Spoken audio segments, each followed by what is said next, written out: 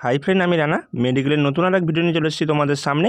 আজকের টপিক হচ্ছে ABG blood draw. আমরা সাধারণত রেডিয়াল ব্রেকিয়াল আর্টারি থেকে ব্লাড টেনে থাকি, একমাত্র না হলে শেষ অপশানে আমরা ফিমোরাল থেকেও এবিজি ব্লাড টেনে থাকি। কিন্তু আজকে আমি দেখাবো কিভাবে ডরসাল স্পেডিস আর্টারি থেকে এবিজি ব্লাড ড্র করতে হয়। পুরোপুরি ভিডিওর মাধ্যমে তুলে ধরা হয়েছে, তা দেখতে থাকো। তো আর্টারিয়াল ব্লাড গ্যাসেস এর ইন্ডিকেশান, কমপ্লিকেশান, কন্ট্রাইন্ডিকেশান এইগুলো সম্বন্ধে আমরা একটু জেনে নিই।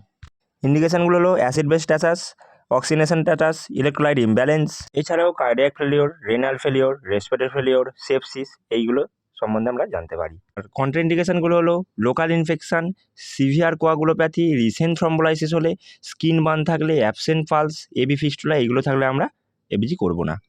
এবারে আমরা কমপ্লিকেশানগুলো দেখে নেব। পেন হতে পারে, লোকাল হেমাটোমা হতে পারে, এয়ার এলবোনিজম হতে পারে, puncture side infection, nerve damage, sepsis এইগুলো হয়ে থাকতে পারে। তো এইবারে আমরা দেখে নেব কীভাবে ডরসাল পেডিস আর্টারি থেকে একটা মাত্র পিকে এবিজি ব্লাড ড্র করা হচ্ছে। তো বন্ধুরা, তোমরা ভিডিওটা দেখতে থাকো।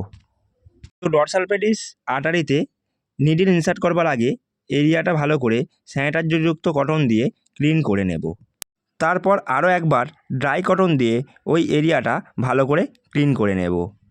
এরপর হেপারিনাইজ সিরিঞ্জের নিডিল দিয়ে আমরা ডরসাল পেডিস আর্টারিতে নিডিলটা ইনসার্ট করব।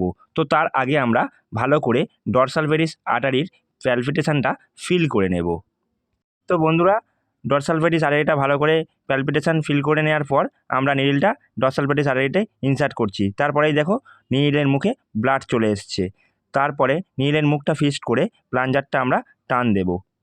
তো মোটামুটি 0.5 ml ব্লাড টেনে নেবো এবিজি অ্যানালাইসিস করবার জন্য। এরপর আমরা নিডলটা ডরসাল পেডিস আর্টারি থেকে রিমুভ করে নেব। তারপর আমরা ওই ইনসার্ট পয়েন্টে ড্রাই কটন দিয়ে 3 থেকে 5 মিনিট চেপে ধরে রাখবো। তো এইভাবে আমরা ডরসাল পেডিস আর্টারি থেকে এবিজি ব্লাড ড্র করে থাকতে পারি। ভিডিওটি ভালো লাগলে লাইক, কমেন্ট, শেয়ার করে দিন। আর এই ধরনের ভিডিও পেতে গেলে অবশ্যই চ্যানেলটিকে সাবস্ক্রাইব করে রাখুন।